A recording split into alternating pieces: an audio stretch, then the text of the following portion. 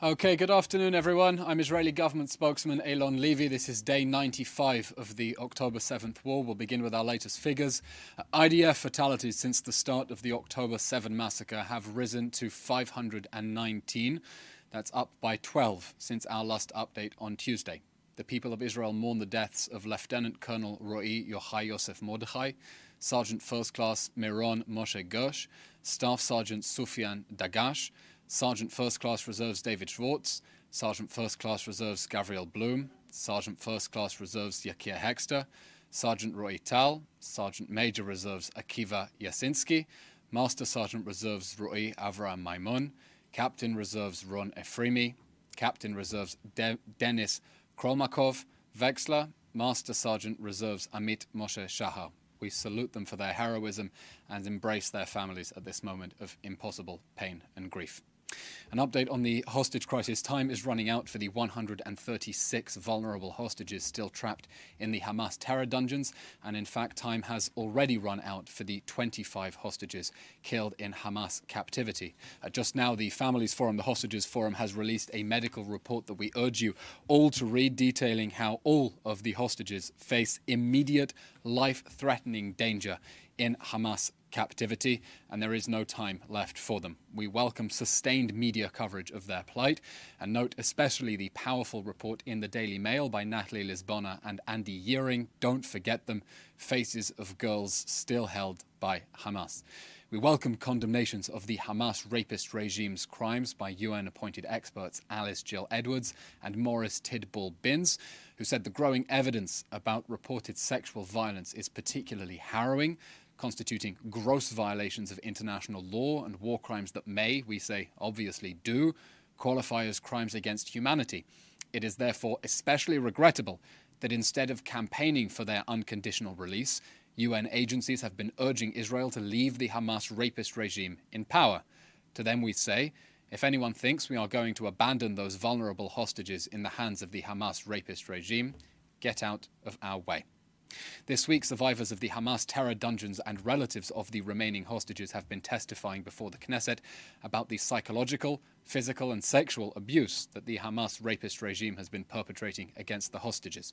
Hostage Elia Cohen has been denied Red Cross access despite suffering from epilepsy, one of many medically vulnerable hostages, including Hirsch Goldberg Polin, who had his arm blown off, and Omer Shemtov, who suffers from asthma.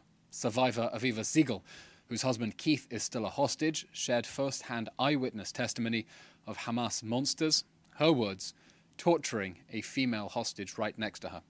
Relatives of hostages have also spoken with horror about the possibility of pregnant hostages as a result of Hamas rape, reminding the world that time is running out, not only for the hostages but also for the women potentially carrying the babies of Hamas rapists, to terminate those pregnancies. We demand immediate diplomatic pressure to secure the immediate and unconditional return of all of those vulnerable hostages.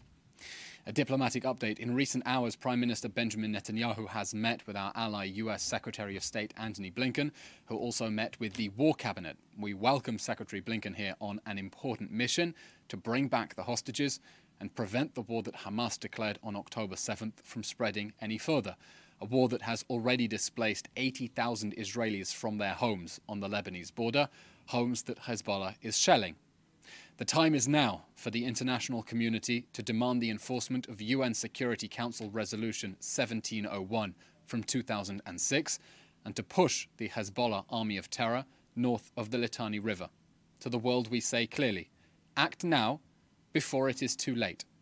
There is a diplomatic window which we strongly prefer to stop Hezbollah's aggression by peaceful means, and that diplomatic window is narrow.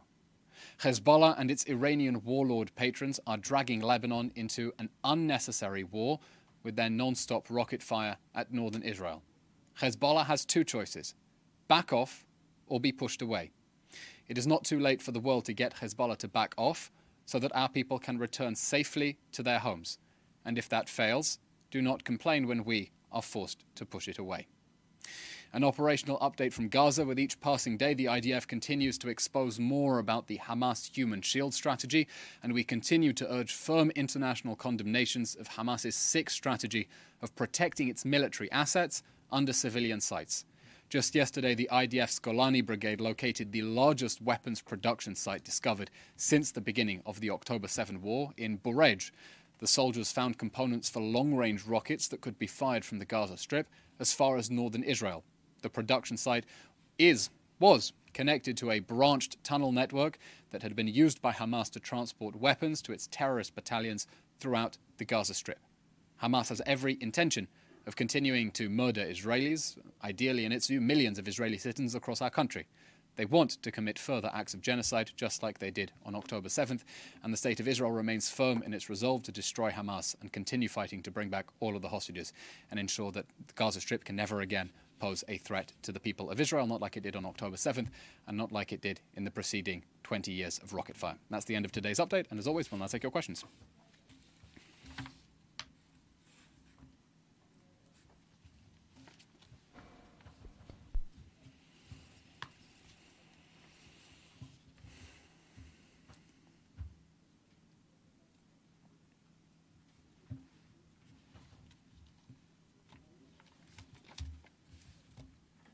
First question is from Jim Williams of Zenger International News Service in Washington, D.C.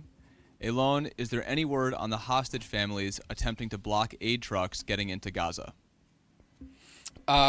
Jim, I have no update on that. That would be a question for the hostage families, not for the government of Israel.